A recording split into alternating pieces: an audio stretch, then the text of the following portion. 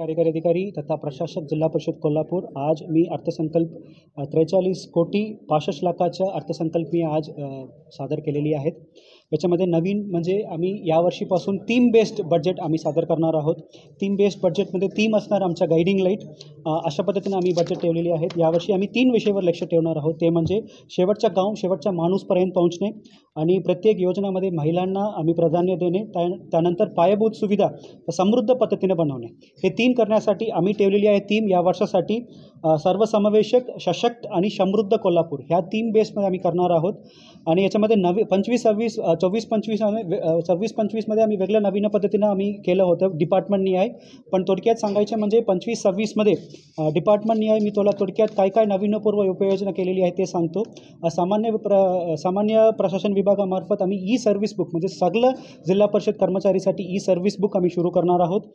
त्यानंतर शिक्षण विभागाच्या थोडक्यात सांगायचं म्हणजे आम्ही समृद्ध शाळा आम्ही तयार करणार आहोत।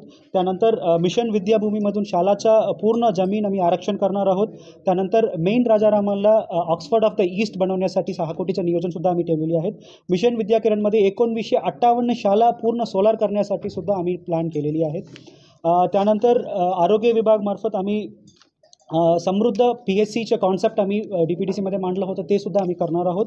या व्यतिरिक्त 100% ऑनलाईन अटेंडन्स आम्ही घेणार आहोत। या व्यतिरिक्त पिंक OPDचे कॉन्सेप्टसुद्धा आम्ही राबवलेली आहेत।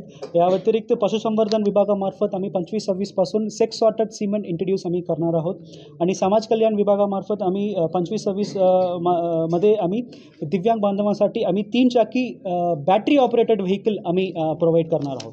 अशा पद्धतीने डिटेल्ड आणि महिला बाल कल्याण विभागामार्फत आम्ही समृद्ध अंगणवाडी आणि समृद्ध पशुवैद्यकीय दवाखानासुद्धा आम्ही नियोजन पूर्ण ठेवलेली आहे। याच्यासाठी तरतूद जवळपास 43 कोटी 65 लाखाचं नियोजन आम्ही जिल्हा परिषद मार्फत घेण्यात आलेली आहे। धन्यवाद।